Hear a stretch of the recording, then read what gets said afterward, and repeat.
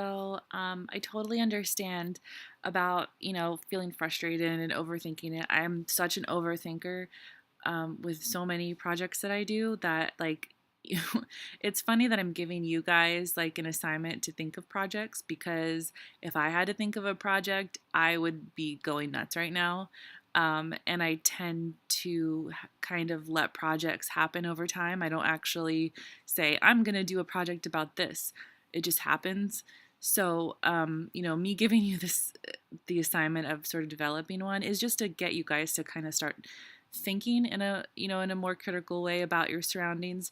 But even if you don't come up with anything, that's totally okay too, because not everyone is, in that mindset of being, having something like a topic right off the bat. Sometimes it takes time, and that's completely okay. It just depends on what kind of person you are.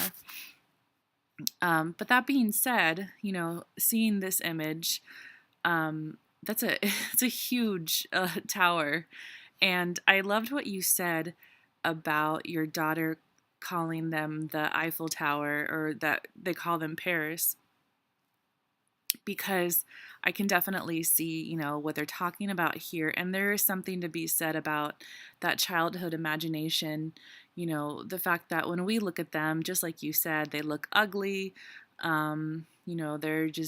They just kind of loom over us. They're very industrial. They make that kind of weird humming noise, and they look kind of menacing too. So everything, that we think, we just wish they could be out of sight, out of mind. And, to children, they take on a whole other thing too. And they can be really imaginative and really fantastical. And I think that there's definitely something to be said about the way that children can see the world and the way that they can find play and beautiful things out of, you know, everything that we either take for granted or that we look past because we, think they're unsightly.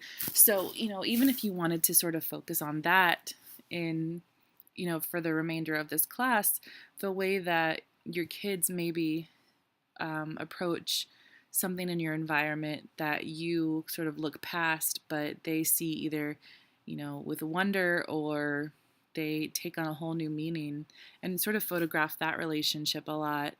Um, that might be something to consider too if you're stuck on anything. And especially considering your background and, the childhood that you had where you didn't have these big giant um, you know, these electricity pylons, where you grew up. What is it like for them in this new sort of suburban city life versus the one that you had that seemed a little bit more rural?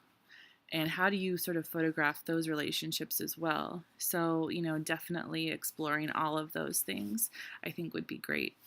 And I think you did a nice job here of sort of placing her.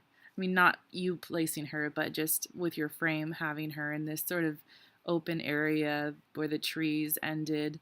Um, and, because I have you guys shooting with a high aperture, you're going to get that stuff in focus. So, that's going to be kind of tough to not have, her sort of merging with the stuff in the background.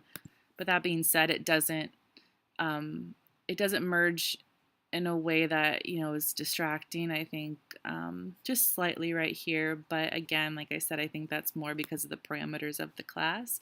This probably wouldn't be an aperture that you'd be shooting with um, in this situation otherwise. So yeah, I think you did a really nice job here. And I do think you do have stuff in mind. It's just you're probably maybe you're questioning if what you have is the right thing, or there's a lot of different things, and so it's hard to stick, or just trust. I think trust where your camera takes you, because I think you'll find something there.